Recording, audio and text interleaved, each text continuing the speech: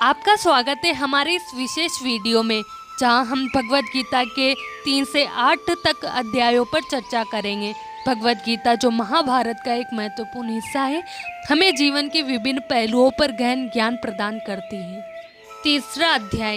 इस प्रकार सांख्य की व्याख्या का उत्तर सुनकर कर्म योग नामक तीसरे अध्याय में अर्जुन ने इस विषय में और गहरा उतरने के लिए स्पष्ट प्रश्न किया कि सांख्य और योग, इन दोनों मार्गों में आप किसे अच्छा समझते हैं, और क्यों नहीं यह निश्चित कहते हैं कि मैं इन दोनों में से किसे अपनाऊं। इस पर कृष्ण ने भी उतनी ही स्पष्टता से उत्तर दिया कि लोक में दो निष्ठाएं या जीवन दृष्टियां हैं।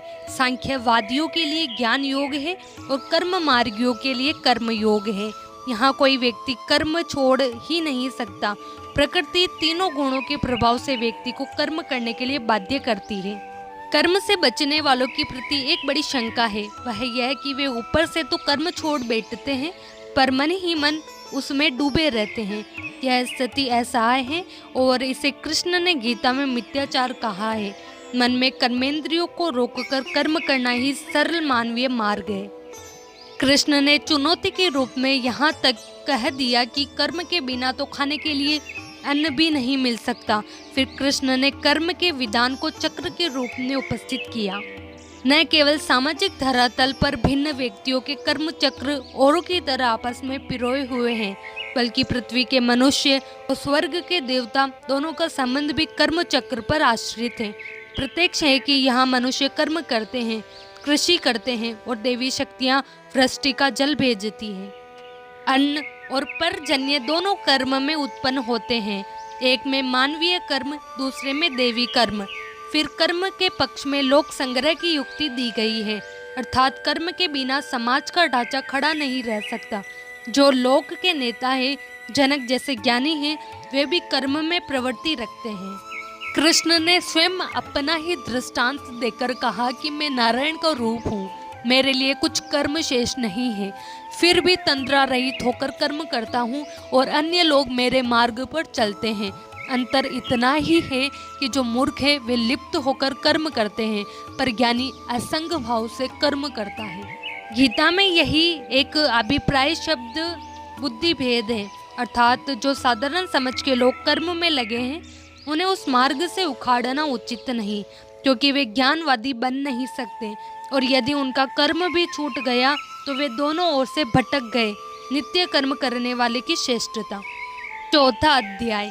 चौथे अध्याय में, जिसका नाम ज्ञान कर्म संन्यास योग है, यह बताया गया है कि ज्ञान प्राप्त करके कर्म करते हुए भी कर्म संन्यास का फल किस उपाय से प्राप्त किया जा सकता है। यही गीता का वह प्रसिद्ध आश्वासन है कि जब जब धर्म की ग्लानि होती है, तब तब मनुष्यों के बीच भगवान का अवतार होता है, अर्थात भगवान की शक्ति विशेष रूप से मूर्त होती है। भगवान बताते हैं कि सबसे पहले मैंने यह ज्ञान भगवान सूर्य को दिया था। सूर्य के पश्चात गुरु परंपरा द्वारा आगे बढ़ा, किंतु अब यह लुप्त प्राय हो गया है। अब वही ज्ञान मैं तुम्हें बताने जा रहा हूँ। अर्जुन कहते हैं कि आपका तो जन्म हाल ही हुआ है, तो आपने यह सूर्य से कैसे कहा।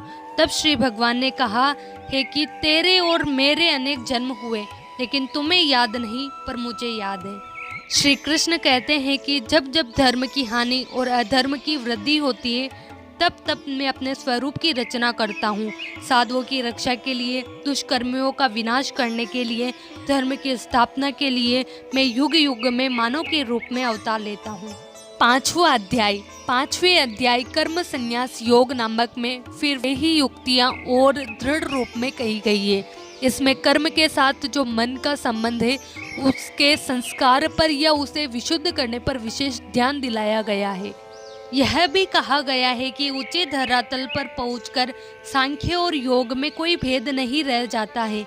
किसी एक मार्ग पर ठीक प्रकार से चले तो समान फल प्राप्त होता है।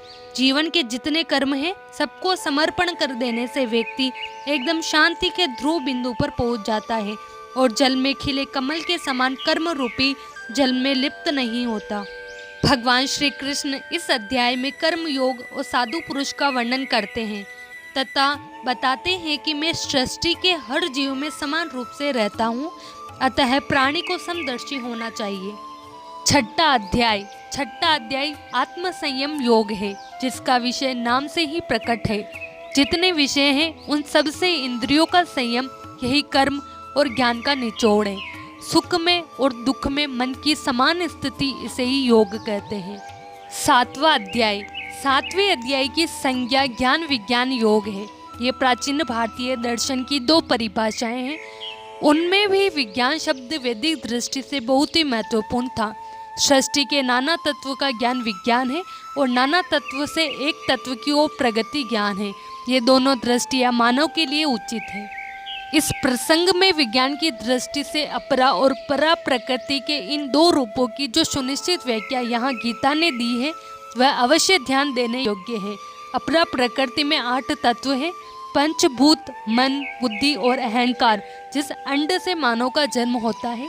किंतु यह प्राकृत सर्ग है अर्थात जड़ है। इसमें ईश्वर की चेष्टा के संपर्क में जो चेतना आती है उसे परा प्रकृति कहते हैं।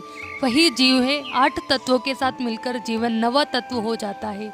इस अध्याय में भगवान के अनेक रूपों का उल्लेख किया गया है, जिनका और विस्तार विभूति योग नामक 10वें अध्याय में आता है। यही विशेष भगवती दृष्टि का भी उल्लेख है, जिसका सूत्र वासुदेव सर्वमिति, सब वसु या शरीरों में एक ही देव तत्व है, उसी की संज्ञा विष्णु है। किंतु लोक में अपनी अपनी रुचि के अनुसार अनेक नामों और रूपों में उसी एक देव तत्व की उपासना की जाती है। वे सब ठीक है, किंतु अच्छा यही है कि बुद्धिमान मनुष्य उस ब्रह्म तत्व को पहचाने। अध्यात्म विद्या का सर्वोच्च शिखर है। पंच तत्व मन बुद्धि भी मैं हूँ। मैं ही संसार की उत्पत्ति करता हूँ और विनाश भी मैं ही करता हूँ। मेरे भक्त चाहे जिस प्रकार भजे, परंतु अंततः मुझे ही प्राप्त होते हैं। मैं योग माया से अप्रकट रहता हूँ और मूर्ख मुझे केवल साधारण मनुष्य ही समझते हैं। 8वां अध्याय की संज्ञा अक्षर ब्रह्म योग है। उपनिषदों में अक्षर विद्या का विस्तार हुआ। गीता में उस अक्षर विद्या का सार कह दिया गया है। अक्षर ब्रह्म परम अर्थात पर ब्रह्म की संज्ञा अक्षर है। मनुष्य अर्थात जीव और शरीर की संयुक्त रचना का ही नाम अध्यात्म है। जीव संयुक्त भौतिक देह की संज्ञा शर है और केवल शक्ति तत्व की संज्ञा आदि देवक है। देह के भीतर जीव, ईश्वर तथा भूत, ये 3 शक्तियां मिलकर जिस प्रकार कार्य करती है उसे अधियज्ञ कहते हैं। गीताकार ने 2 श्लोकों में इन 6 परिभाषाओं का स्वरूप बांध दिया है।